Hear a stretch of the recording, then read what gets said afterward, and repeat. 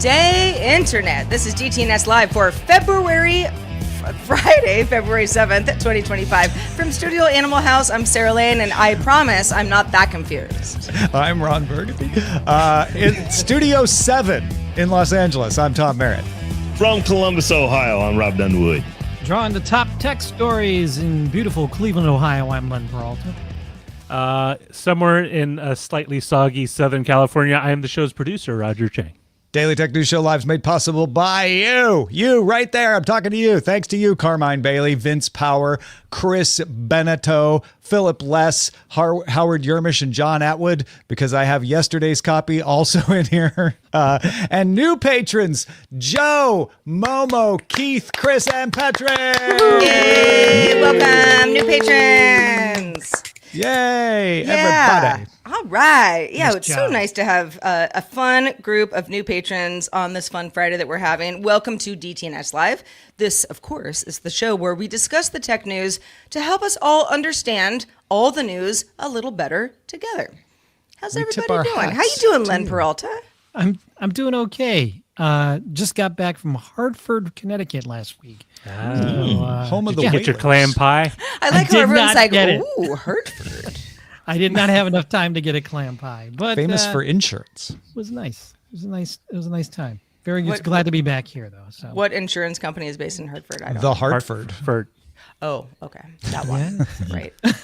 Is it Colonial? Oh, no, Colonial Penn's out of Pennsylvania. yeah, it's Yeah, hence the Hartford thing. Healthcare. It's pretty big. So And Rob, doing the show 2 days in a row. How's it going in your neck of the woods? It's going good. I don't have my hat on today, but I didn't think that you guys could handle that level of suave and debonair. So I just decided to go with the fro Kinda before true. I get it cut. No, it's fair. It's before fair. I get it go. Yeah. I was actually thinking of your hat as I chose mine today. I'm like, how do I can't top it. I You can't can't. top it. No. Who Are you? Thank you, Rob, for thinking of us that way. You know, it's Yeah. all, I'm trying to be a team player here. It's generous. And Tom and who are Roger, you wearing, I know Sarah? we've sorry. Who are you wearing? Oh, I'm wearing navy. The Navy. Yeah. The U.S. Navy. It's also a navy hat. So It it's is like also navy cool, blue, It's yeah. like cool and double. Yeah, this is the USS Hornet hat. My dad got it. He's a Navy veteran himself. And at some point, I went through my parents' garage and I'm like, look at all these cool hats. Mom, can I take these? And she's like, take them. So anyway, that's what we're wearing today. Thank you. Yes, it's vintage. But yeah, Roger, Tom, I don't know if it rained as hard in your neck of the woods overnight, as it did in mine, but LA has gotten some rain. We're wet. Yes. Thank goodness. We are That's a wet. good thing. It's actually That's a sunny good thing. where I am now, but we're gonna It's get like more bright rain. sun today. I was expecting it not to get sunny again until tomorrow, but yeah. You have sun? I have overcast. Oh, it's That's just your attitude, Roger. yeah. You know what? Wow. Turn that frown upside down. You might see some Well, sun. how am I supposed to be unfrowny with that? You literally turn your body upside down and then that's- smile. It's a literal. Let me strap on my gravity boots. Well, while you do that, let's check out the latest news. Newly unsealed emails about Meta's use of copyright books to train its large language models may strengthen the case against it from authors. The evidence shows that Meta torrented libraries like LibGen and ZLibrary, with internal messages indicating employees were aware of potential legal risks. Meta maintains that training on LibGen falls under fair use, but when you torrent material, you also distribute it. That's called seeding, which could be considered copyright infringement, whether the training issue is considered infringement or not. Bloomberg reports Warner Brothers Games is trying to get back on track after Suicide Squad and Multiverses failed to resonate with players, and several major projects like Wonder Woman from Monolith Productions since 2021 already costing $100 million, but reportedly going through a new reboot. Rocksteady is working on a new Batman game, though it's said to be years away, and WB Games Montreal has shifted focus from Gotham Knights follow-up to pitching a Game of Thrones title. Avalanche Software is still moving forward with Hogwarts Legacy content and a sequel. The turmoil has been linked to leadership issues undergoing outgoing WB Games president David Haddad and generally uncertainty about following Warner Brothers' chaotic merger with Discovery. Acer unveiled 2 new gaming laptops. We've got the Predator Helios Neo 16 AI and 18 AI at IEM Katowice. That's where they were announced. These machines feature up to an Intel Core Ultra 9 275HX processor, an NVIDIA RTX 5070 Ti GPU, and up to 64 gigs of RAM. The Neo 16 is designed for portability with an OLED WQXGA display with a 240 hertz refresh rate.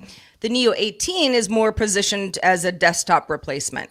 It has a mini LED WQXGA panel with a 250 hertz refresh rate. The Neo 16 launches in April, starting at $1,900. The Neo 18 launches in May at $2,200 to start.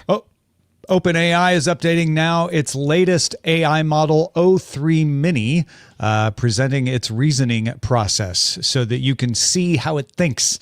The company announced that all ChatGPT users will now see more details of the chain of thought that shows how the model arrives at its answers. OpenAI isn't showing every single step, but it will organize O3 Mini's thoughts into what it says are clearer summaries. I've seen these in action, and they are pretty easy to follow. The update also offers a post-processing step to weed out unsafe content and translate reasoning into users' native languages for better accessibility. Amazon reported its fourth quarter earnings beating expectations with $1.86 per share and $187.79 billion in revenue, but a weak sales forecast for the current quarter disappointed investors. The company says it expects revenue between $151 billion and $155.5 billion, below analysts' expectations of $158.5 billion, citing a $2.1 billion foreign exchange impact. On the bright side, AWS revenue rose 19% and advertising revenue jumped 18%. Amazon's net income nearly doubled to $20 billion. The company also said it plans to increase capital spending to $100 billion in 2025, focusing on AI investments and expanding its data centers. Bloomberg sources say that Apple is getting ready to reveal a major update to the iPhone SE soon, refreshing its most budget-friendly model to boost sales and attract users from other brands. Sources say the announcement could come as early as next week, with sales starting later in this month. Instead of a big launch event, Apple will likely, but we don't know, still a rumor, unveil the new model on its website, keeping details under wraps until then.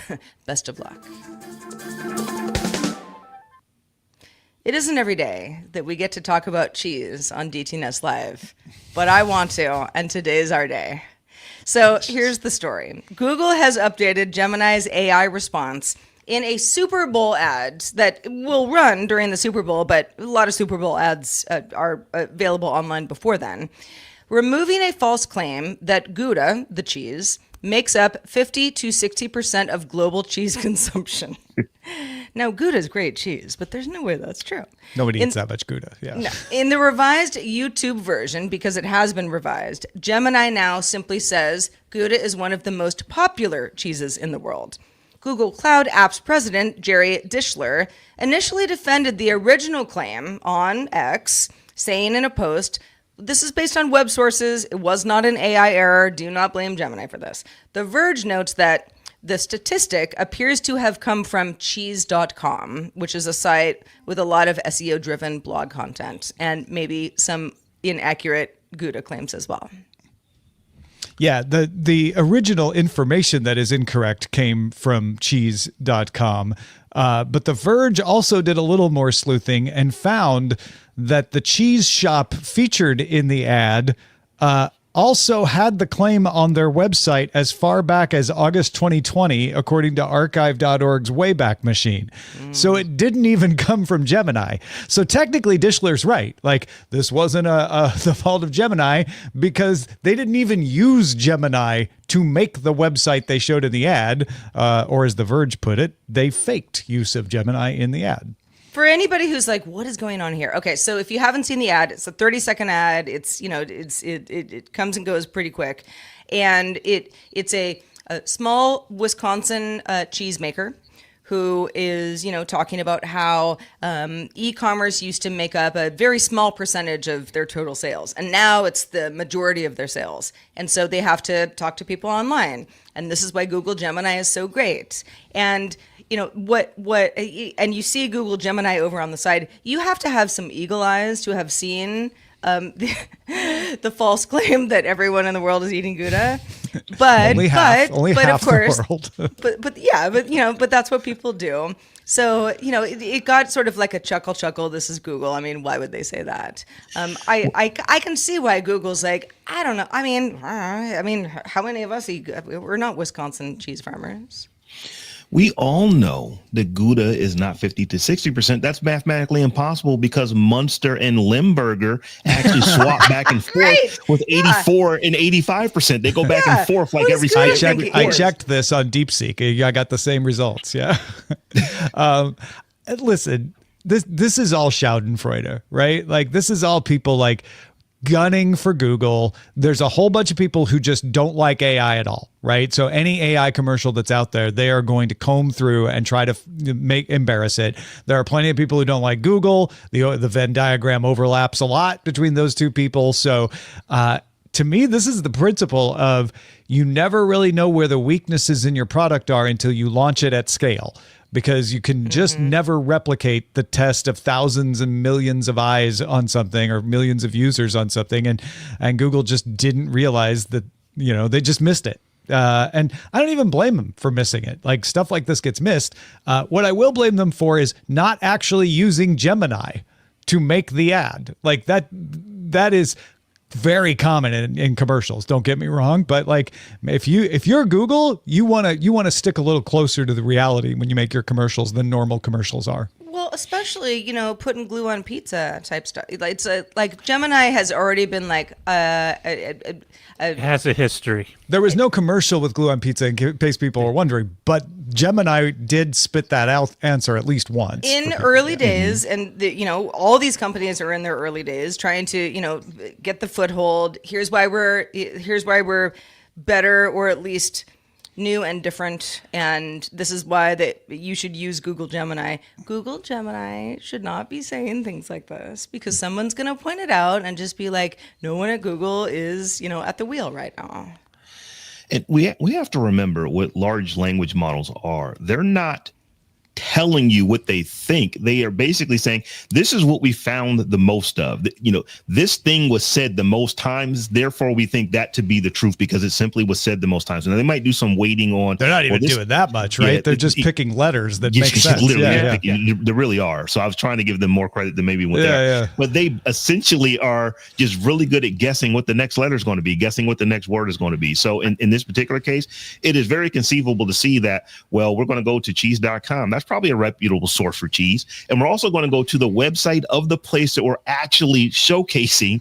And on their website, they've got stuff saying that Gouda, is the most eaten cheese, in the world. So I can understand where it comes from. And I do think that people are getting a little bit, up in arms about it. But I understand why some might be, because if you think that this is the truth, you could be mistaken. I'm going to be a lot more critical when you're in a position that Google is with Gemini relative to the other players on the market. You kind of want to make sure you're hitting on all cylinders, and you want to maybe take a closer eye to make sure that all your messaging and all the stuff you're putting out is better than 100%. I mean, it's y'all are picking on Gemini. Gemini didn't do anything. No. Because Gemini didn't actually output.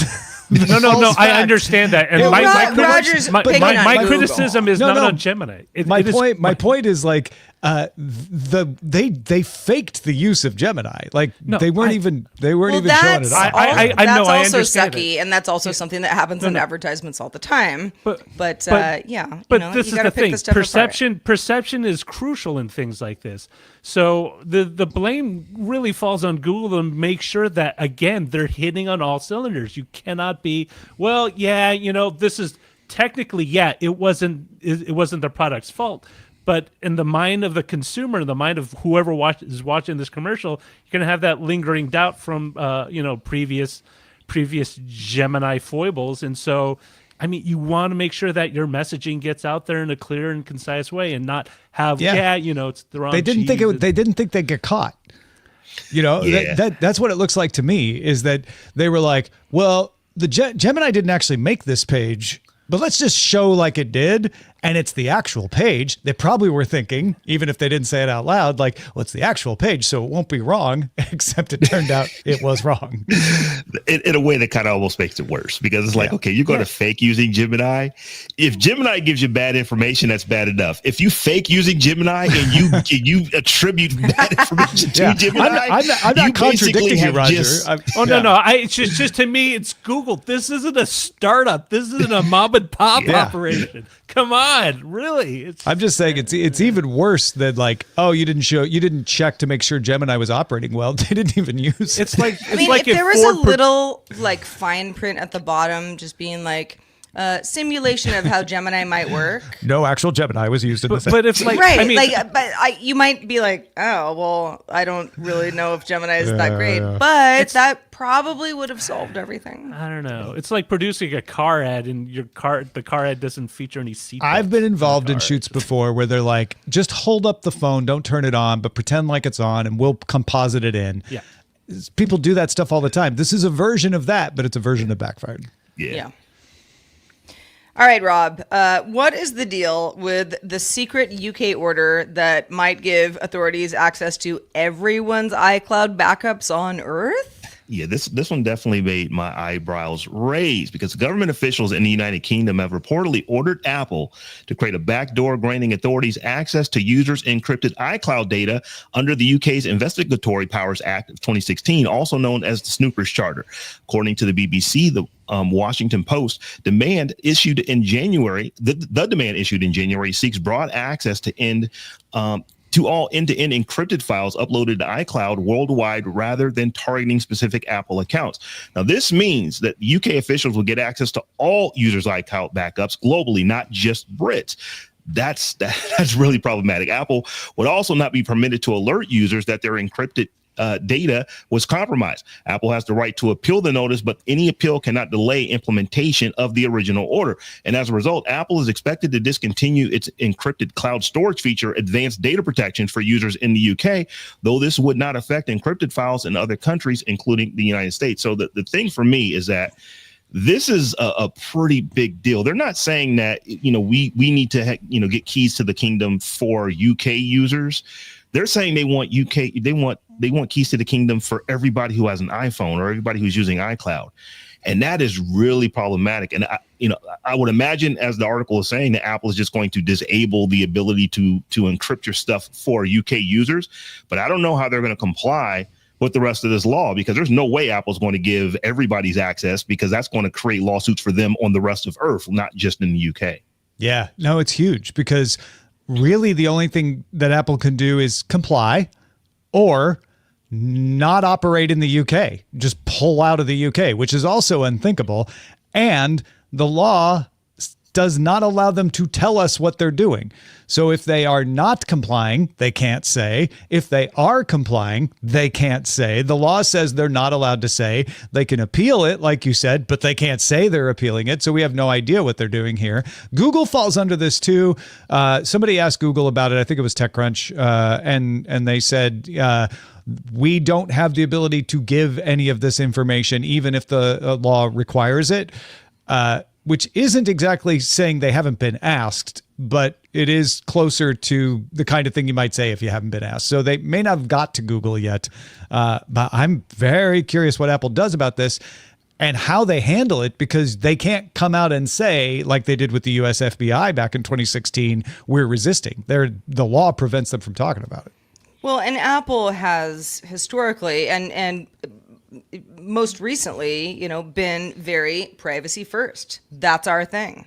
We won't bend the way other companies do, because we're Apple and it's privacy for the user first. Now, if they were to say, okay, UK, you can get iCloud backups of everybody who has an iCloud account on planet Earth, that is not going to jive. That is not going to jive with what the Apple sentiment, and at least what it wants everyone to think about it across the world. Pulling out of the UK is dramatic, really dramatic. So it's a very sticky situation.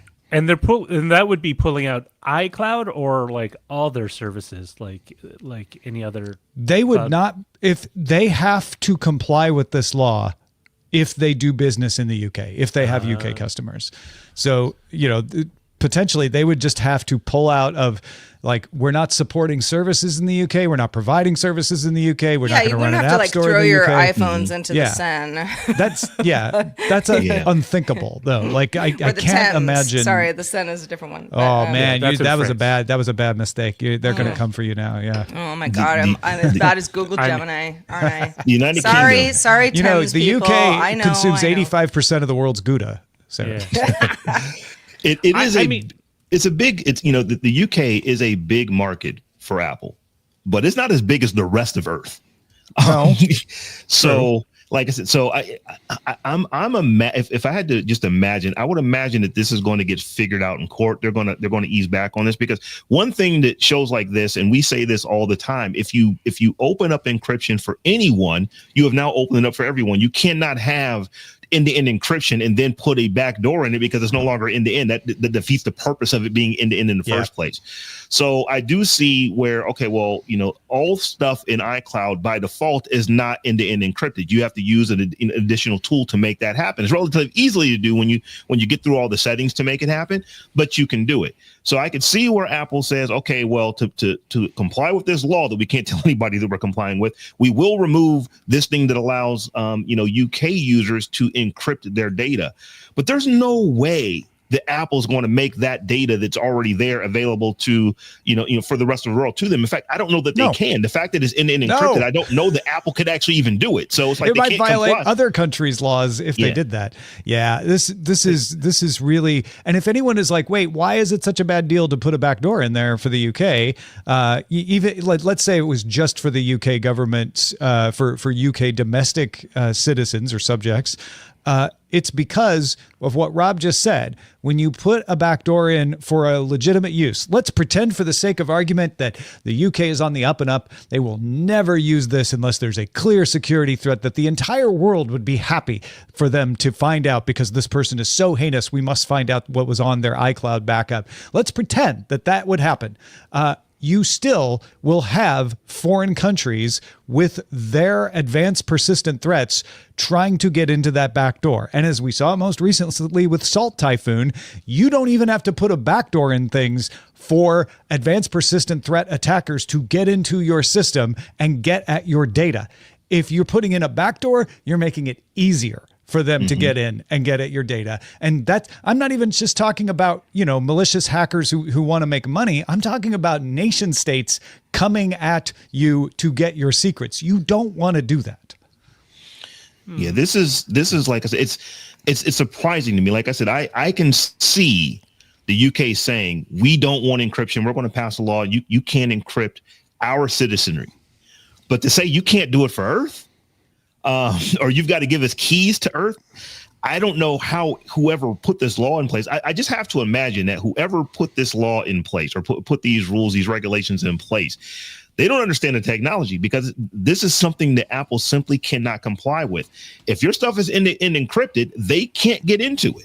They would have to use massive data farms to do ridiculous amounts of math to try to hack it, just like anybody else would. They simply just cannot do it. You can't build a back door and still be considered end-to-end encrypted. It's just not physically possible. That would be Baroness May of Maidenhead, Theresa May. She was prime minister at the time. Wait, that Theresa May? Wow. I always figured she would be a little more up on the technology than apparently not.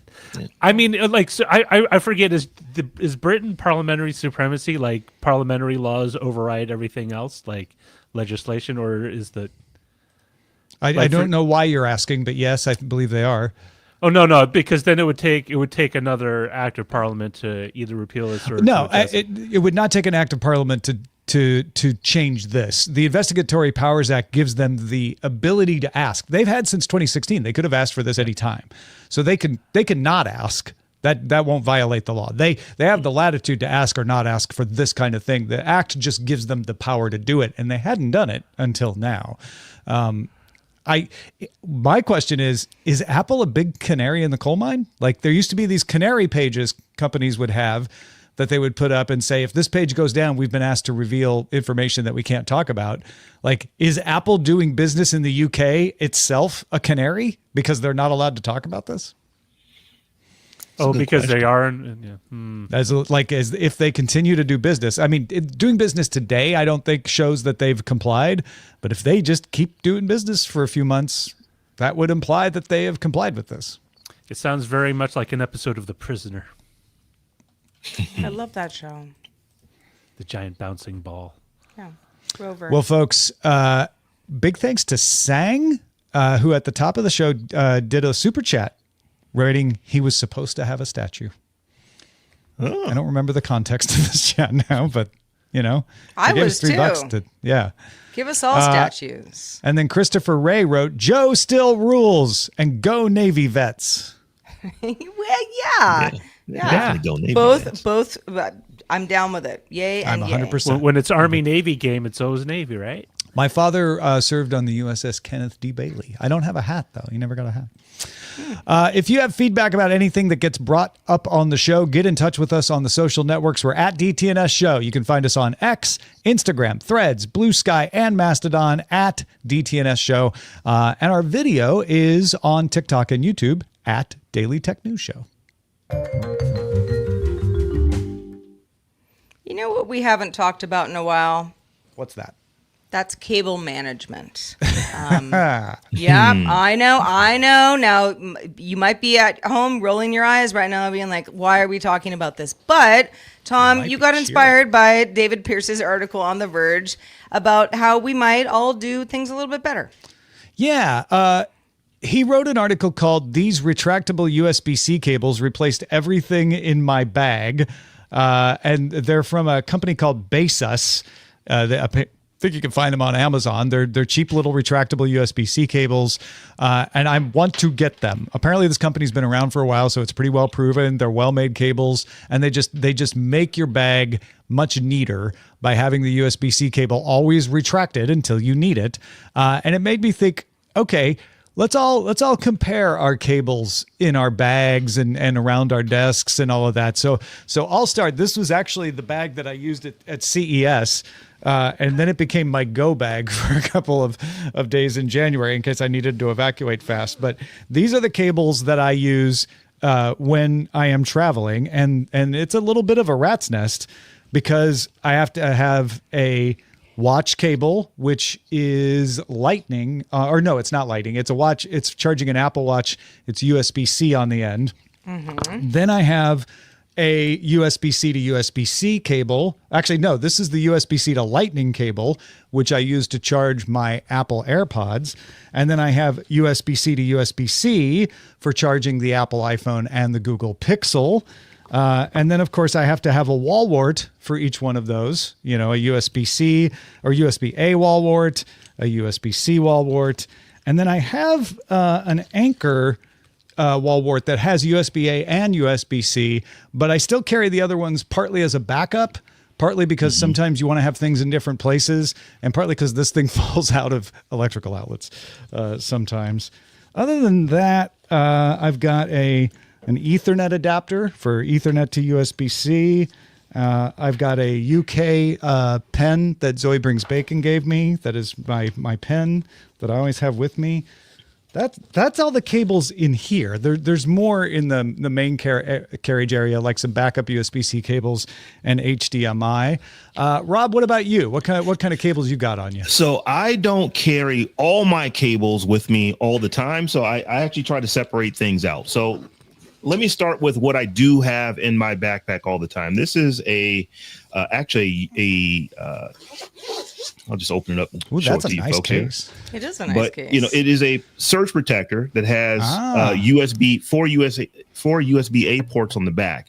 And then I keep a myriad of cables. I've got everything from USB, A to A. Then I've got, A to, micro, A to mini, A to USB-C. I've got USB-C to USB-C. I've got a little bit of everything in here. This pretty much keeps me covered. So this goes with me wherever I go. Way to flex, Rob.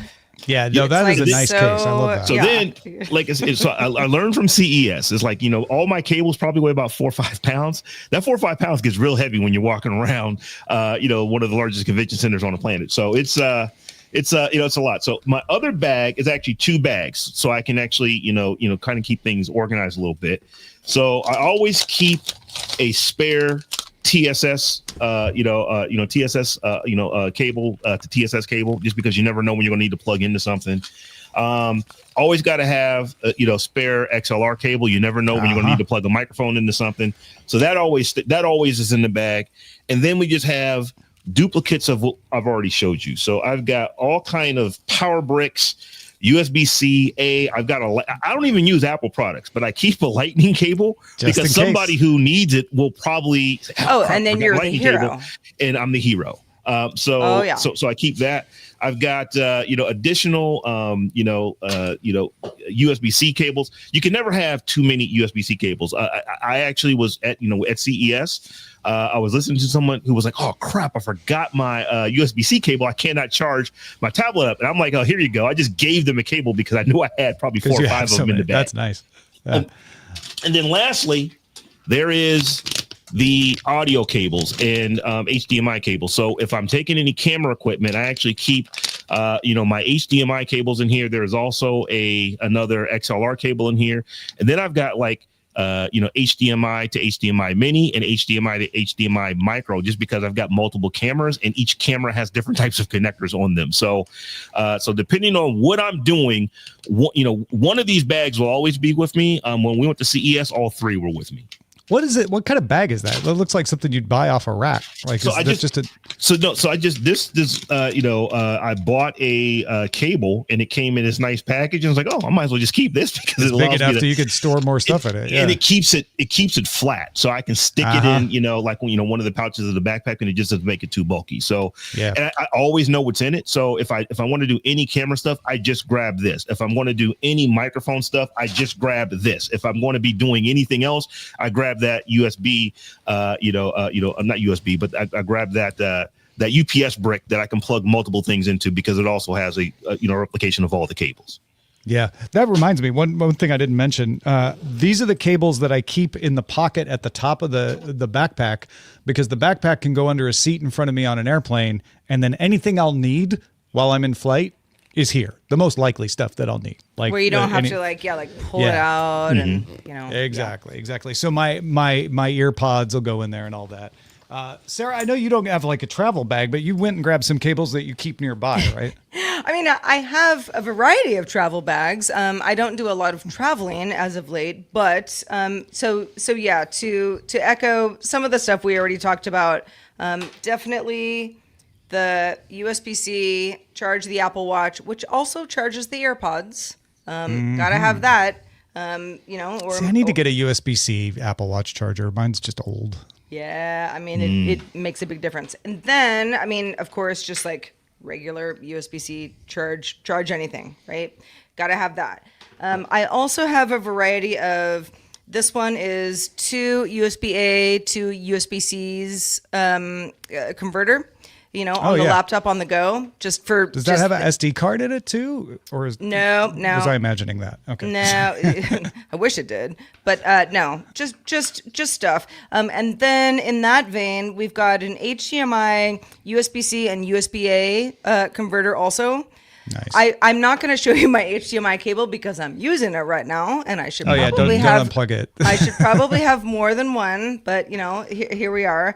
And then on the road, when I have to do something like DTNS Live, it's sort of like, all right, well, we're in pretty good shape. I'll bring my laptop. I'll bring the webcam that I'm using. Need a mic stand, and then XLR cables. I've got many. Now, Rob, yours are very nicely put into your nice travel case. Mine are not. I have like 10 of these, and I have learned the hard way that an XLR cable that is perfectly fine. Sometimes it's not. So you got to bring another one. Always bring an extra. Always Gotta bring another one. Gotta bring another one. So that's the sort of the basis of like, if I had to be like, all right, I have to do DTNS live from the cafe with Wi-Fi tomorrow. What do I bring? I would bring all of this stuff. All right, Roger, I know you've got a bag of cables as well. It looked kind of similar to Robb's from what I remember. The best thing I've ever found for cable management are Ziploc gallon freezer bags, because I organize all my cables to the computers that they go with.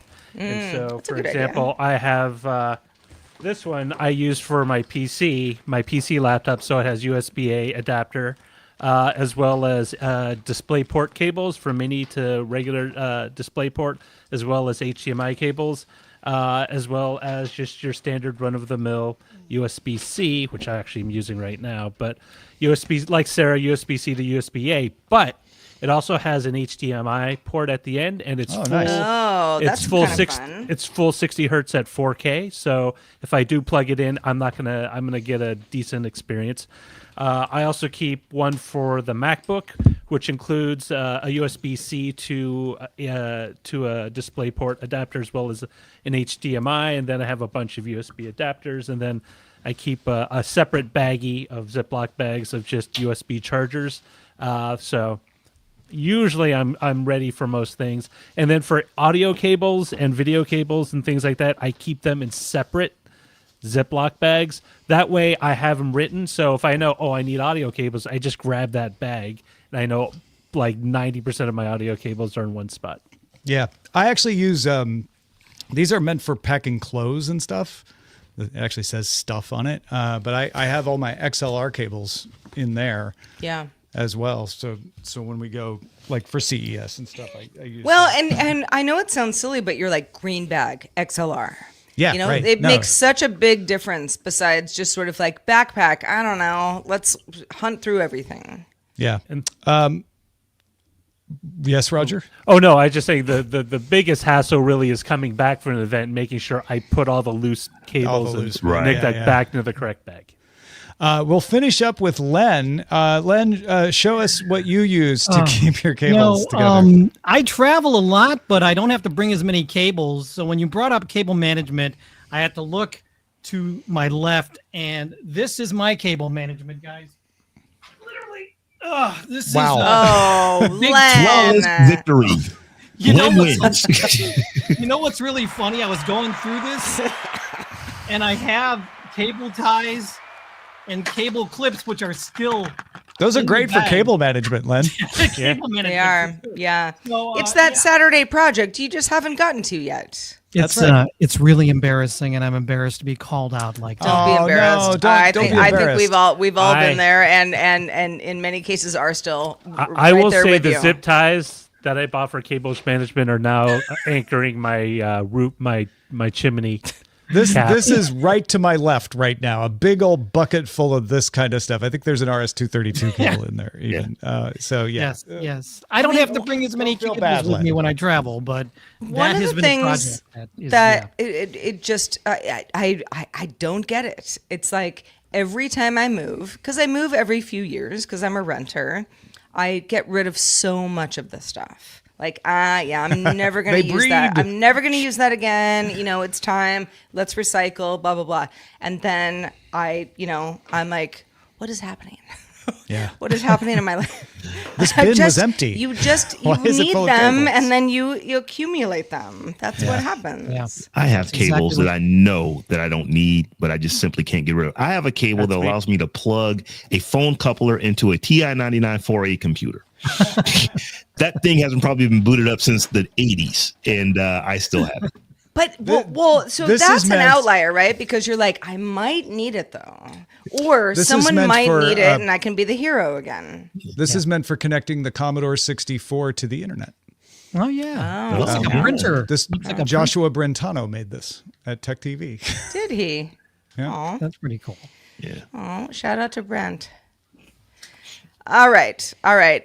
We have we've shown everyone our closets, and with some embarrassing results on my end. But yes, cable management. If you have ideas about how we can all do these differently, I know some of you are already putting images in our Discord and in our chat, so thank you for that. We welcome the discussion, feedback at dailytechnewsshow.com. However, it is Friday, and that means it's time for another quiz to cap off this week. Roger, you probably have some devious questions. What's going on this time? All right, so Merriam-Webster defines distillation as purifying or transforming a liquid by successive evaporation and condensation. The AI industry defines distillation as a technique designed to transfer knowledge of a large pre-trained model into a smaller model. This quiz will test your knowledge of the various types of distillation that permeate our society. I was sort of wondering where this was going. I was like, oh, yeah. So these questions are about both AI and liquor. They're about distillation. In all of its many ways. And it is many wonderful facets and the kaleidoscopes. It's many colors. Yes. Yeah. Okay. All right. Question 1. This popular aperitif drink is often distilled from wine, but can also be derived from any fruit-based mash as well. Oh, brandy? Cognac. Yeah, cognac is the most popular form of brandy. Yeah. Or Robb, Len. I don't drink, so I'm gonna go with that brandy. I want to go with red Kool-Aid.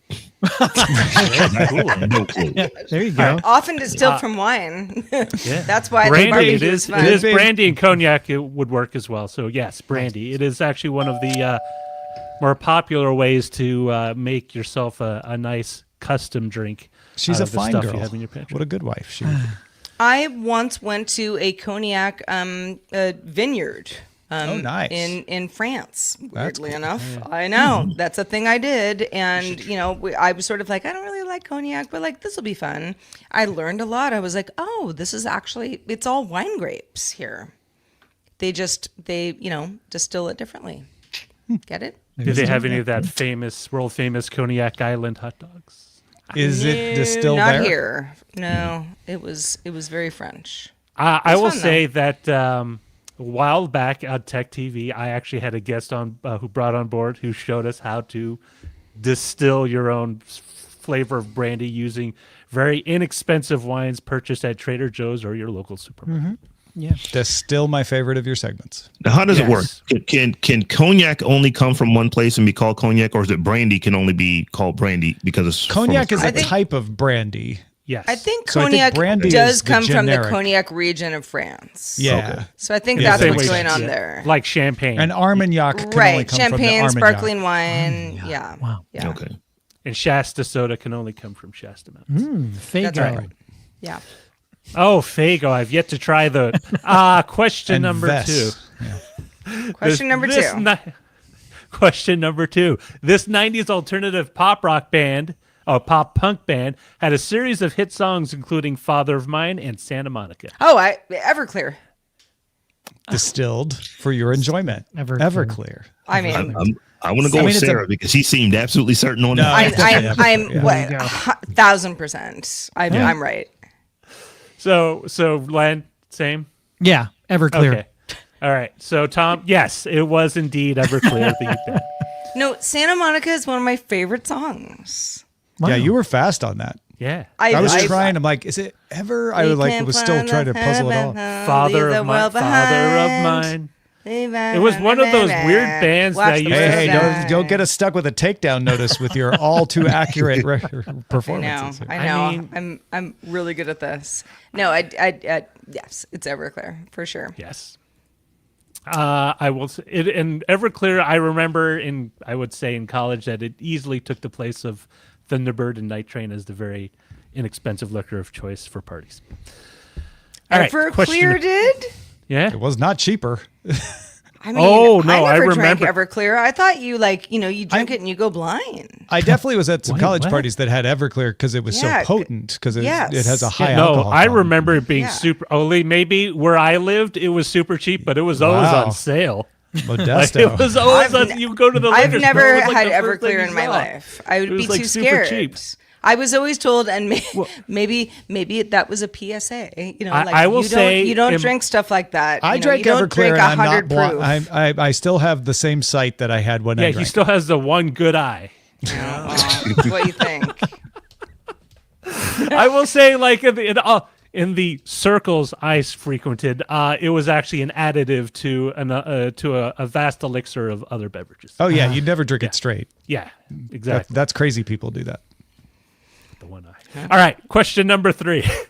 In the Simpsons episode, Homer versus the 18th Amendment, Homer Simpson defies Springfield's prohibition laws and secretly becomes a bootlegger, distilling his own spirits and making hooch.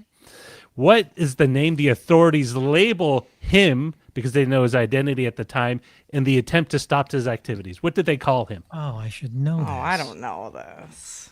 I don't know. I mean, The Simpsons has been on for like 45 years. This is an I don't early remember this episode. one. It is. It in was one high of the school better. still It was when it one of the started. better seasons.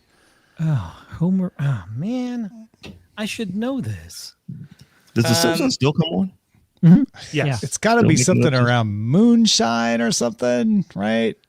Moonshine Simpson. It is related to one of the beverages that he concocts Oh. and sells to the local liquor store or to the local bar. Is it Duff King? I'm just gonna go with that's not right. He doesn't make Duff though. Duff Light, strawberry Duff. What about Hooch Simpson? Ooh, that's Simpson? Hooch Homer. That's a good one. That's Yeah. a good one. Tom. Homer Hooch. Homer Homer Hooch. Hooch. Why do you keep saying my name? You're going through a list. I'm trying to figure out if you have an answer. Let's All go right, with Moonshine Robb. Morty. Moonshine Morty. Different show, but yeah, could work. Rick and Morty. Give us the answer. Okay, I thought you had an answer. No one, right? no one knows. No one knows. Roger. Okay, it's the Beer Baron.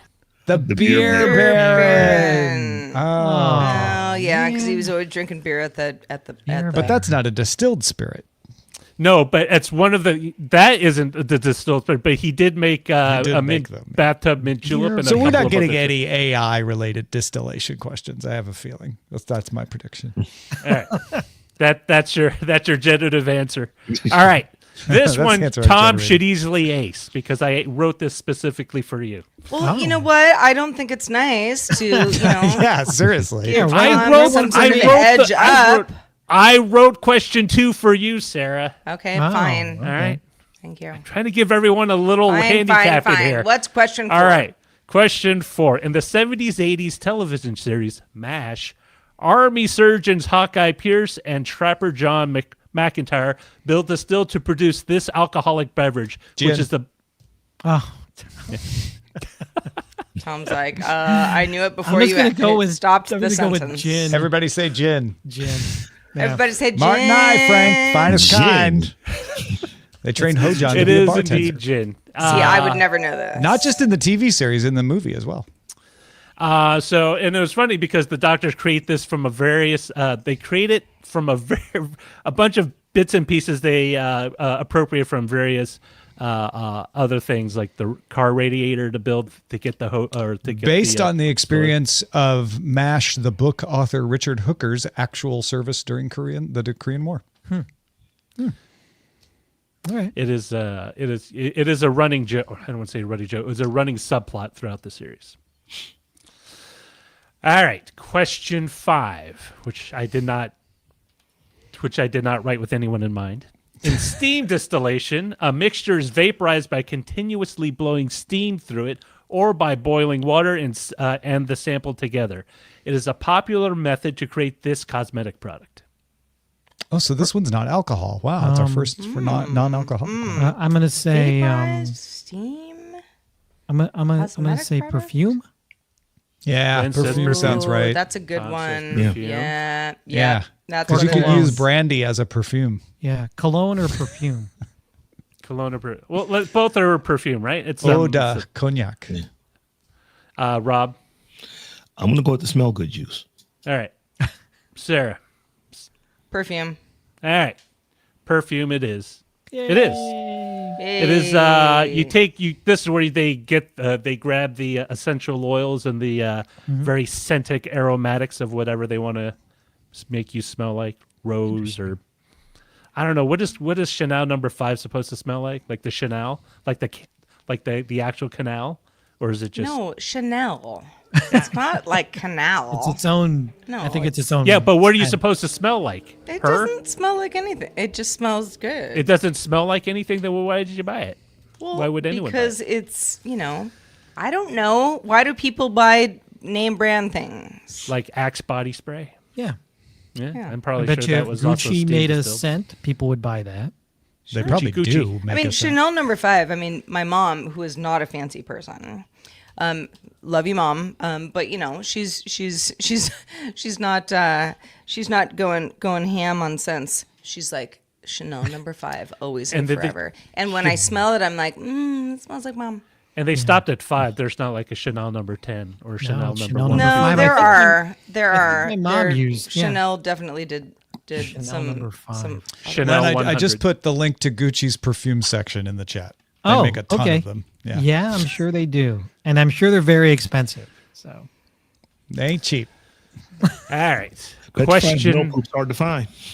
Question 6. This well-known ancient Greek philosopher, when trying to divine if the natural state of water was either salt water, seawater, or fresh water, experimented with distillation to test his theories. Who is this philosopher? Distillos. Distillos. Ah, yes. Saltius. Aristotle. Saltius. Oh, right. No, you're right. He learned from philosopher. Saltius. That was played by Michael Douglas's father, Kirk Douglas. I'm gonna say, for real, just Plato. Plato.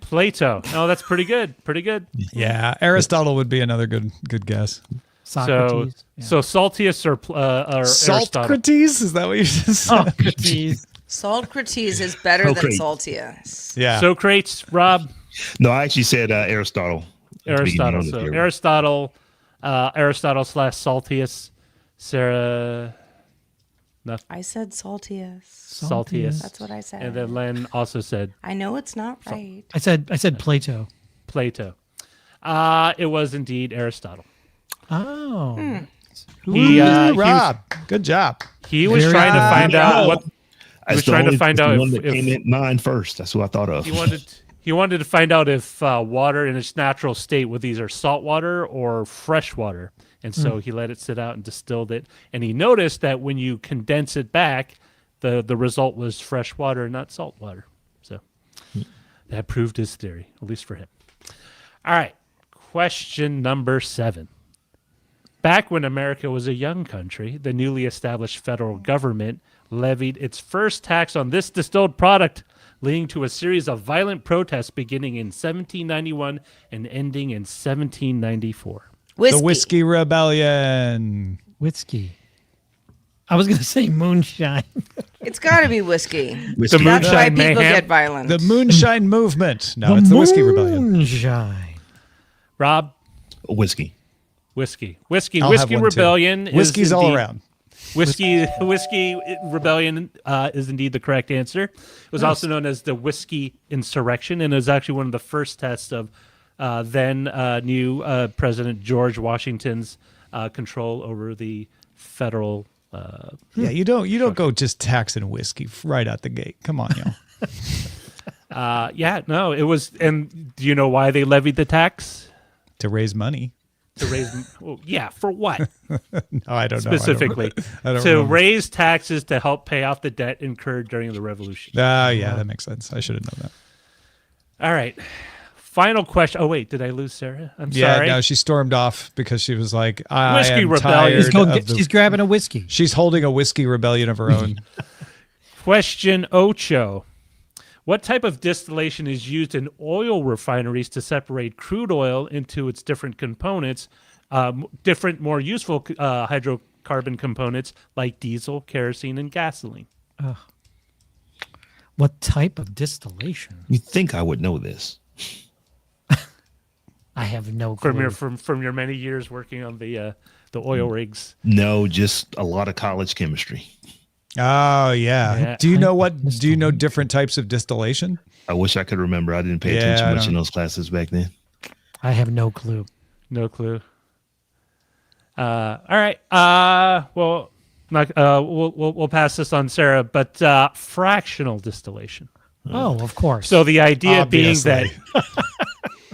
being at each temperature, each of the components will condense out. So you have your heavier stuff like diesel and kerosene, and then your lighter stuff like gasoline. It's actually one reason why when they go to refineries, you just can't put straight like crude. You actually have to blend it with a series of other crudes that fit that particular refinery. All the refineries around like the Gulf states, like in Texas, are generally rigged to process more heavy crude, more what they call, is it sour? Like the stuff that comes out of Venezuela or the stuff that comes from Canada. And then you have to blend it with some of the lighter crude so it has that good consistency. All right, so that's the end of the quiz. That was fun. That was awesome. I feel so. No, what? Like I meant that was fun. Who won? I'll put a section. I feel like I did pretty every well. quiz. I think Sarah, you won. You won. Let's Sarah. do We now Stargate know about again. fractional distillation. I feel so dumb. Well, Len, distilling you often is run is away with many these quizzes, splendored, so many splendored process. There you go. Well, fun Friday quiz as always, Roger. Thank you for putting it together. And now, before we get out of here, let's check out the mailbag. John, host of the IT Sparkcast, sent us thoughts on integrating social media functionality into Microsoft Teams from Thursday's show. And he writes, one of the arguments against remote work is the isolation and impact on corporate culture. It's important for companies to combat this and provide virtual alternatives to hallway conversations and water cooler chats. Whether Microsoft's storyline is the answer remains to be seen. Employees will be skeptical if any corporate-owned social media tool and surveillance that could happen from that. Like, we definitely had that conversation yesterday. That being said, the bane of every IT department is shadow IT. Employees bypassing corporate IT tools with their own, using Dropbox instead of OneDrive, Slack instead of Teams, etc. In addition to shadow IT creating uncontrolled attack vectors for malicious actors, the examples of Dropbox and Slack are especially concerning. It's a constant battle of functionality versus security. On IT Sparkcast, we have a deep dive series on IT's role in supporting remote work. We'll be adding an episode on shadow IT in the next few weeks. I was one of the worst at being the shadow IT person. Like, I actually ran an entire newsletter at Tech TV off of Yahoo because they ended our in-house newsletter stuff. I was installing Lotus Notes on Linux and all kinds of stuff that the IT department did not approve. So I apologize. I was probably worse because I was the IT department and I was running IT.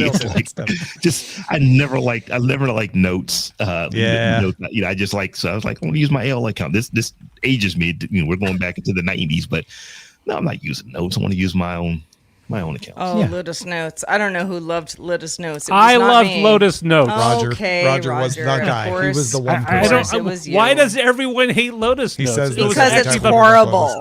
Yeah. Why was it horrible? You could put entries that everyone else could see. How much time do we have left, Roger? All right. All right. I'll stick up for Lotus Notes. So, John, thank you for the email. And remember, if anyone has something that resonates with you, you want to let us know how you feel, please let us know. feedback@dailytechnewsshow.com. I know what Roger's going to write his next column about. It's Lotus Notes. But in order to save time, we're going to have him do that in his column and check in with Len's art. Yay. Len, what have you been drawing? Well, I think this show is going to go down as one of the most embarrassing for me. I just thought about cable management, and the first thing that came to my mind was that movie from the 90s, The Cable Guy. And this is the USB cable guy. And this is what my life looks like. All of us look like that, I feel like. At some point, yes, until you grab the reins and grab all the cables and everything else and start to take care of business.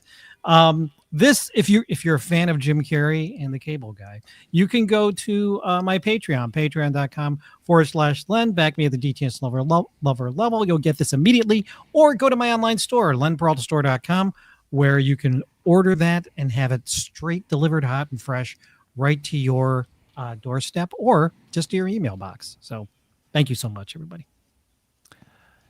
That's a pretty good one, Lynn. Yeah. Thanks. That was one of the one. first Jim Carrey movies I saw, and I think this isn't actually that funny. It's a little. It's a dark comedy, but heavy on the dark. Very weird. Yes, directed by Ben Stiller. If you people remember that. I didn't realize that. Yes, Tropic Severance Thunder guy. Ben Stiller. Yes, it's a Severance guy.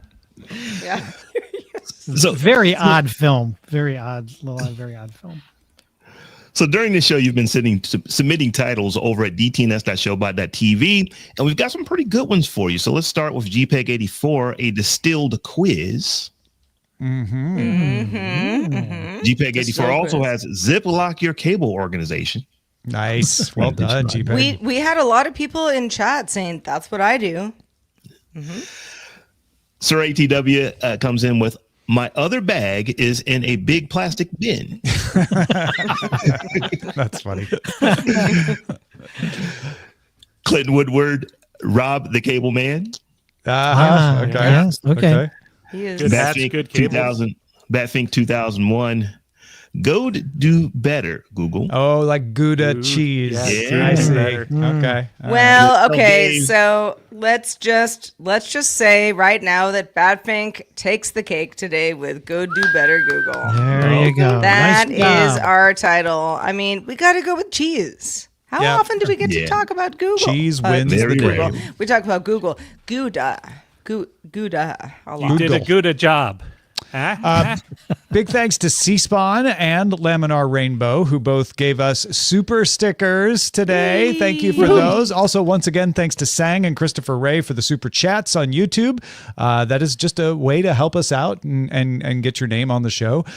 Burr Lewin followed us on Twitch. PC Miles, he gave us some bits.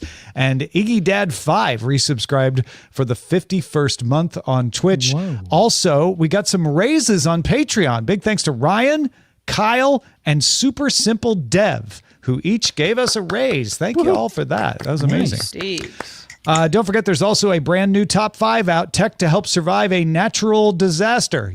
This bag was part of the inspiration for that. You can find that on TikTok and Instagram at Daily Tech News Show or youtube.com/Daily Tech News Show.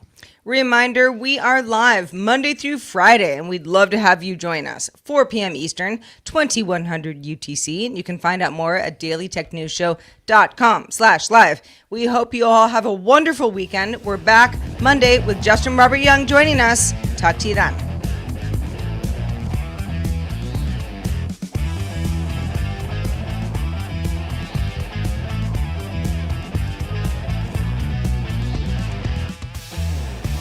This week's episodes of Daily Tech News Show Live were created by the following people. Producer and host Sarah Lane. Host Tom Merritt. Host Robb Dunewood. Producer Roger Chang. Video producer Joe Kuntz. Producer at large Anthony Lemos. Social media producer and moderator Zoe Detterding. Our mods Beatmaster W Scottus 1. BioCow. Captain Kipper. Steve Guadarrama. Paul Reese. Matthew J. Stevens aka Gadget Virtuoso and J.D. Galloway. Mod and video hosting by Dan Christensen. Music provided by Martin Bell and Dan Looters. Art by Len Peralta. Acast ad support from Tatiana Matias. Patreon support from Tom McNeil. Contributors on this week's show included Justin Robert Young, Nika Montfort, Chris Christensen, and Scott Johnson. And thanks to all the patrons who make the show possible. This show is part of the Frog Pants Network. Get more at frogpants.com. Diamond Club hopes you have enjoyed this program.